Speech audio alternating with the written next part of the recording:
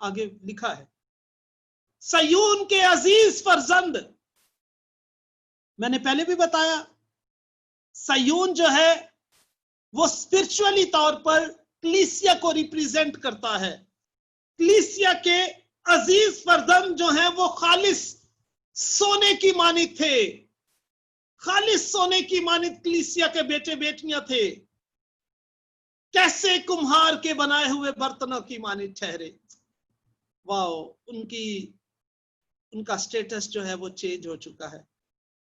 गिदड़ भी अपने छातियों से अपने बच्चों को दूध पिलाते हैं, एक जानवर होकर, बेसमझ होकर, लाशऊर होकर अपनी छातियों से अपने बच्चों को दूध पिलाते हैं। लेकिन मेरी दुख्तरे कौम बियाबानी शुतुरमुर्ग की मानिद है। जो लोग इन जानवरों के बारे में रिसर्च करते हैं उनको पता होगा, शुतुरमुर्ग को इस वजह से बेरहम कहा गया है कि ये अपने अंडे जो है उनको एक खड्डा करके उनके अंदर छुपा देता है और फिर खुद ही भूल जाता है कि मैंने रखे कहां पर थे। वो दुश्मन के बजाय दुश्मन से बचाने के लिए उन्हें खड्डे में छुपा कर रखता है मादा जो है, और बाद में खुद ही भूल जाती है कि मैंने कहां पे अपने अंडे रख दिए हैं, जिसकी वजह से ये कहा जाता है कि मेरी दुख्तरे कौम जो है, मेरी कौम की बेटी जो है, मेरी कौम की बहन जो है वो बियाबानी शुतुरमुर्ग की मानिद बेरहम है। जानते हैं क्यों?